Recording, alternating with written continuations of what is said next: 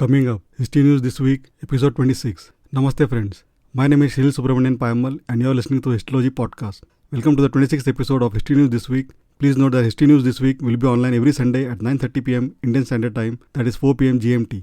This week I have 6 interesting pieces of news items from the world of history and archaeology, followed by 4 wonderful articles. Let's start. First, circular temple dedicated to Maya serpent deity discovered in Mexico. Archaeologists in Mexico have unearthed the remains of a circular temple that may have been built in honor of the Maya serpent deity Kukulkan.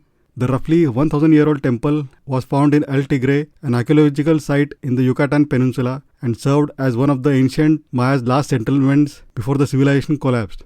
Second, 5,000-year-old mass grave of fallen warriors in Spain shows evidence of sophisticated warfare. Over 5,000 years ago, men, women, and children with head trauma and arrow wounds were buried in a mass grave in Spain. Now, archaeologists have teased apart this tangled web of skeletons, revealing new evidence of ancient warfare, a new study finds.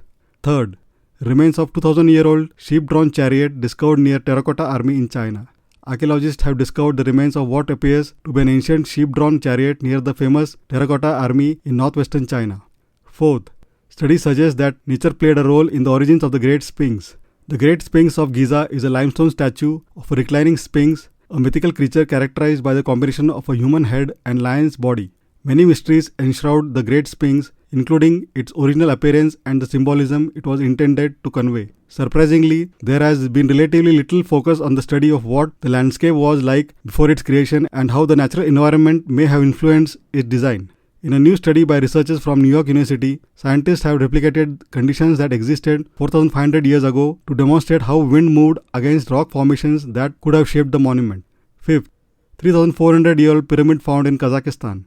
Archaeologists have uncovered a pyramid belonging to the Scythian Saka period in Karaganda region of Kazakhstan. According to the researchers, the pyramid was a mausoleum complex for a ruler from Begazi Dandibe culture, a late Bronze Age culture that flourished during the last phase of the Andronovo period. Sixth, Moroccan archaeologists unearthed new ruins at Chella, a tourism-friendly ancient port near Rabat. Archaeologists have unearthed more ancient ruins of what they believe was once a bustling port city near the capital of modern-day Morocco, digging out thermal baths and working-class neighborhoods that the country hopes will lure tourists and scholars in the years ahead. On Friday, researchers from Morocco's National Institute of Archaeological Sciences and Heritage presented new discoveries made this year at Chella, a 3.15 square kilometer UNESCO World Heritage Site with a footprint almost 5 times the size of Pompeii. Now, coming to the 4 articles. First, solving the riddle of reproduction. Where does new life come from? According to one theory that held sway until the 18th century, it's all been there from the very beginning. Second, why were the Jews persecuted? Throughout the history of mankind, no group has been more victimized than the Jewish people. Today, they are remembered for being mass murdered in Hitler's death camps, yet their persecution goes back thousands of years. Why? In order to understand how Hitler was to use the Jews as scapegoats, we must first understand the latent hatred that Hitler was able to tap into against the Jewish people, not just in Germany but all over Europe. Third, Herzl's double dream, the origins of Zionism. Zionism has been seen either as a movement of national liberation or as a form of settler colonialism. In reality, it is both. Fourth, rapid prototyping, bringing archaeology alive. 3D scanners, 3D printers, and even new smartphone technology are being used by University of Aberdeen archaeologists to enhance teaching and public engagement of the discipline. Latest history book release of the week.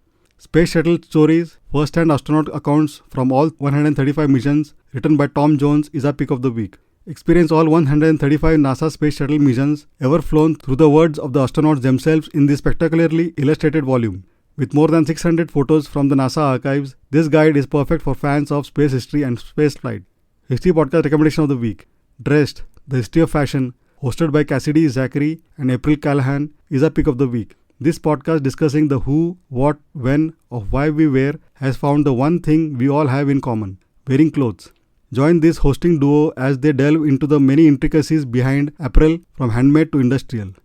I will provide links to all the news items, articles, book and podcast mentioned above in the show notes. Please feel free to check them out. Thank you for listening to this week's episode of the History News This Week. Hope you found it interesting. Please don't forget to subscribe to the Histology podcast on your favorite podcasting app and check histology.com for book reviews and interesting tidbits from the pages of history. Looking forward to hearing from you. Have a great day and take care. Bye.